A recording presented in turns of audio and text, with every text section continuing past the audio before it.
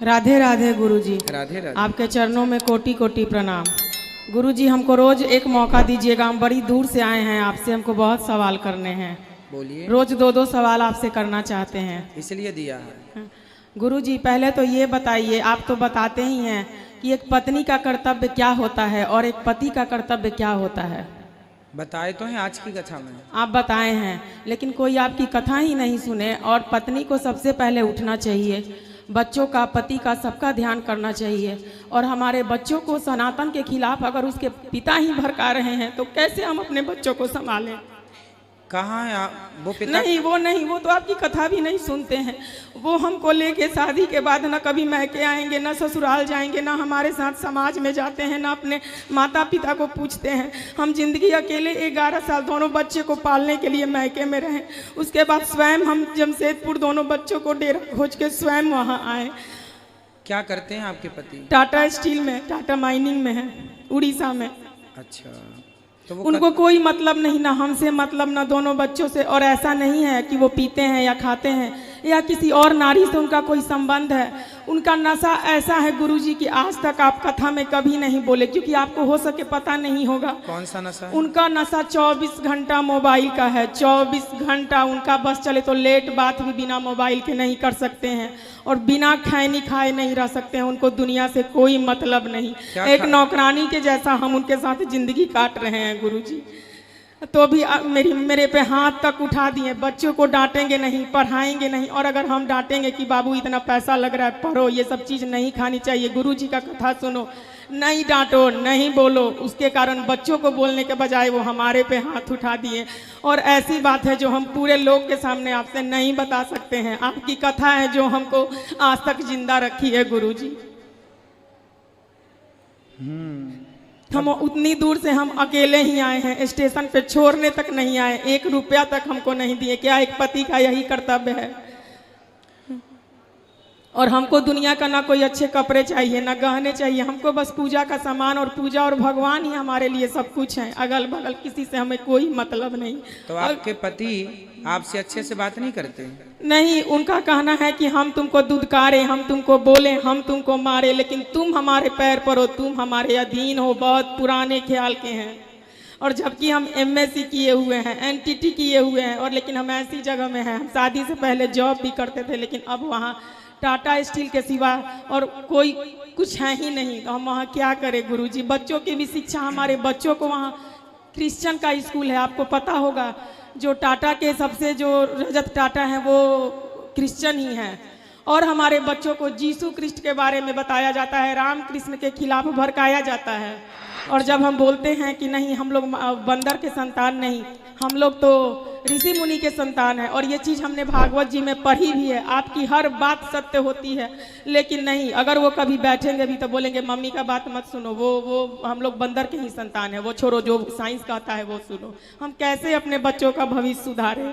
आखिर एक पत्नी पति के साथ कब तक रहती है? हमको कुछ ना करे, हमारे बच्चों को तो करे, उनका भी तो बच्चा है। फिर भी हमारी माँ कहती है तुम सुनो, करो, पति पे ही सब है। जब पति के रहते कोई पराया पुरुष, चाहे वो बिजली बनाने वाला हो, इन्वर्टर बनाने वाला हो, हम ही को सब देखना है। और उनसे नौकरानी की तरह पैसा भी मांगना है, उनको हिसाब भी देना है।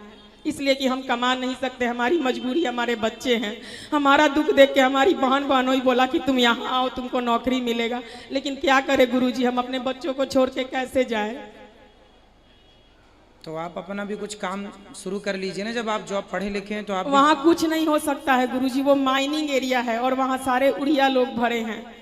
वहाँ कुछ नहीं हो सकता है। हम जमशेदपुर में थे तो वहाँ कुछ कर सकते थे, लेकिन वहाँ से ये जब वहाँ क्वार्टर ही सब मिल गया तो दुनिया का ताना सुन सुन के कि नहीं, अकेली औरत कैसे रहेगी, कैसे रहेगी। आजकल तो दुनिया सिर्फ भोग भोगना जानती है गुरुजी। लोग बोलते हैं कैसे इसी उम्र में तुम योगी हो गई, कैसे रह सकती है पति के बिना। हम कैसे जवाब दे उन लोग को, बताइए। क्या प्रहलाद बचपन में भक्ति नहीं किए थे, ध्रुव नहीं किए थे, लेकिन कोई इस बात को नहीं समझता है। हमारा पूरा ससुराल का परिवार ही वही है। हम इतना तक ये थे, ऐसी ऐसी बात है जो हम सबके सामने नहीं बता सकते गुरुजी। बहुत आस लेके हम आए हैं, और हमारे जो गुरु हैं वो नहीं है। हम किनसे अपना बात कहें? मैके में भी कोई नहीं है, बस एक बूढ़ी माँ है, कोई नहीं है। ससुराल में किसी को किसी से कोई मतलब नहीं है। उनका दीन दुनिया सब कुछ मोबाइल, रहने का आज तक एक घर तक नहीं बनाए। बोलिए ऐसे पति को भी क्या नहीं त्यागना चाहिए? दिल से तो हम त्याग ही चुके हैं, बस समाज को दिखाने के लिए एक घर में रहते हैं।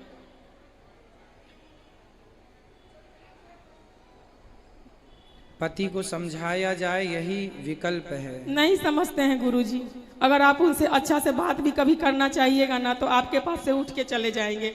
कभी भी बैठिएगा बस अपना खैनी बनाने लगेंगे, वहां से उठ के चले जाएंगे, आप ही को गलत साबित कर देंगे। जबकि अगल बगल सारी दुनिया कहती है कि इनकी वाइफ कितनी अच्छी है, ऐसी वाइफ तो बड़े नसीब वालों को मिलती है। और आप तो उस व्यास गद्दी पे बैठे हैं, आप तो देख के ही अनुमान लगा सकते हैं कि हम कैसे हैं। हम आपको क्या बताएं, अपना आदमी को ये नहीं बताना चाहिए। ठीक है, आप तो अपनी जगह बिल्कुल सही हैं। एक अच्छी पत्नी का, एक अच्छी माँ का कर्तव्य आप पूरा कर रही हैं। अब उन्हें एक अच्छे पिता और एक अच्छे पति का कर्तव्य पूरा करना चाहिए। लेकिन हमारे बच्चे का तो भविष्य खराब हो रहा है ना गुरुजी। हम उतना पैसा भी वहाँ दे रहे हैं, अपनी खुशी भी त्याग रहे हैं, लेकिन हमारे बच्चे क्रिश्चियन स्कूल में पढ़ते हैं। इस पे भी हम उनसे बात किए, कहीं रह के पढ़ाते हैं, नहीं, उन्हें कोई मतलब नहीं है। क्रिश्चियन स्कूल में पढ़ते हैं तो वहाँ के जितने बच्चे वहाँ पढ़ने जाते हैं तो क्या सबको वो लोग वही पढ़ाते हैं? हाँ बिल्कुल, जीसू कृष्ण का गाना होता है, हमारे राम कृष्ण का नहीं। हम इस पे बहुत रोए, बहुत बोले इनसे कि हम तो हिंदू लोग जो पढ़ते हैं बच्चे, उनके वो लोग ऑब्जेक्शन नहीं लेते कि आप ऐसा? नहीं, तो स्कूल से हटा देंगे। हम लोग की मजबूरी है, माइनिंग एरिया है ना, माल निकलता है, 1500 क्वार्टर है, कहाँ जाएंगे फिर? कोई सुविधा नहीं है वहाँ, रोजी रोटी है तो रहना ही पड़ेगा।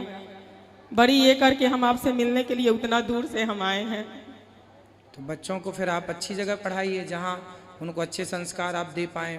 बच्चों के साथ तो खिलवाड़ नहीं कर सकते ना, सही है? तो ये तो कहीं भी जाएंगे तो लोग पूछते हैं पति कहाँ है आपके। यहाँ तक कि वहाँ के समाज में लोग ये कहना शुरू कर दिए हैं हमारे बच्चों से कि इसके मम्मी पापा कभी एक साथ नहीं आते हैं।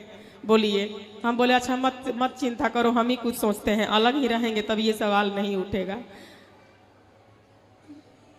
करना चाहिए अपने अपने जिम्मेदारियों का पालन सब। इसलिए हर पति को अपनी पत्नी का, हर पत्नी को अपने पति का ख्याल रखना चाहिए और दोनों लोग मिलके चलेंगे तब श्रेष्ठ गृहस्थी निभेगी।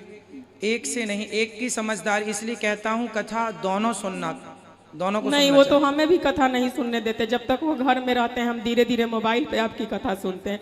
कहते हैं अनिरुद्धाचार्य जी पागल कर दिया है इसको। बोलिए, क्या जिसको भगवान में मन लग जाएगा वो रह सकता है?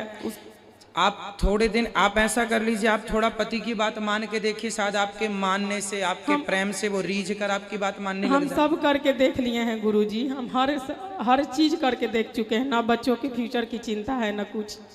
वही हम आपसे पूछना चाहते हैं, शास्त्र ये क्यों कहता है कि ऐसे भी पति के साथ उसकी पूजा करो, पत्नी के साथ ही ऐसा बात क्यों कहा गया है? शास्त्र ये भी नहीं कहते। शास्त्र ये कहते हैं कि नारी पतिव्रता हो तो पुरुष को भी पत्नीव्रता होना चाहिए। नारी अपनी जिम्मेदारी निभाए तो पुरुष को भी अपनी जिम्मेदारियां निभाना चाहिए, है ना? वो एक पिता नहीं, माता शत्रु पिता वैरी ये न बालो न पाठिता।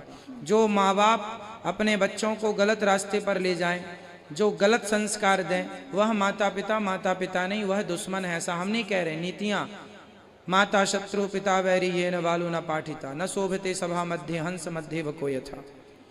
तो शास्त्र तो ये कह रहे हैं, शास्त्र ये नहीं कहते कि तुम्हारा पति जूता मारे फिर भी उसके संग रहो।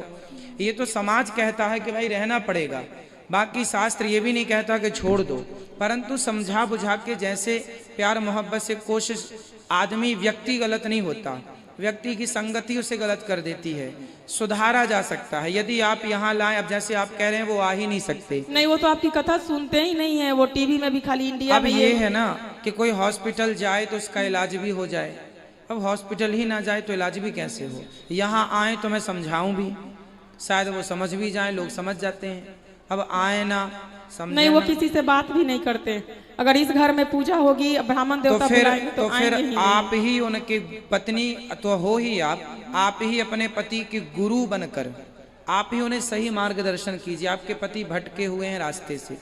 एक पत्नी का धर्म यही है कि भटके हुए पति को सही रास्ते पे लाना। तो गुरुजी वो लात मारेंगे और हम उनको बार बार समझाएंगे, कोशिश करेंगे। कुछ दिन आप समझाइए प्यार से, वो लात नहीं, वो अलग विषय है कि वो उनके संस्कार ऐसे हैं, परंतु आप कोशिश करिए शायद सुधर जाएं। अब छोड़ भी देंगे अपने पति को तो फिर छोड़ने से भी लाभ क्या है? नहीं है। लाभ नहीं है ना छोड़ने से, इसलिए उस व्यक्ति को समझाया जाए, समझा बुझाकर ठीक किया जाए। यही ऑप्शन है, यही उपाय है मेरे हिसाब से। आप लोग बताइए क्या उपाय है? क्या छोड़ देना समस्या का समाधान है? नहीं, पति को छोड़ देना समाधान नहीं है। बच्चे और अकेले पड़ जाएंगे, बहुत सारी जरूरतें होती हैं। एक गुरुजी, एक पूजा करने के लिए, एक आहुति साथ में देने के लिए, मंदिर जाने के लिए हम तरसते हैं, कोई बात नहीं, जाते आप हैं। थोड़े दिन प्रयास कीजिए, जैसे रीझे प्रेम से, भाव से, जो आप के विचारों से शायद रीझ जाएं। भगवान से प्रार्थना करो, हम भी प्रार्थना करें कि आपके पति को सद्बुद्धि आए और वो अपने बच्चों का ख्याल रखें, अपने पति धर्म को समझें। हाँ, प्रार्थना गुरुजी, ही कर सकते हैं। आप आशीर्वाद दीजिए गुरुजी। हमारा तो आशीर्वाद है। बिहारी जी आपकी हर बात सुन रहे हैं, वृंदावन में आप बोल रही हैं, बिहारी जी सुन रहे हैं और वो सुन लेंगे। मुझे विश्वास है कि ठाकुर जी आपकी हर भावना को, हर मनोकामना को पूरी करेंगे।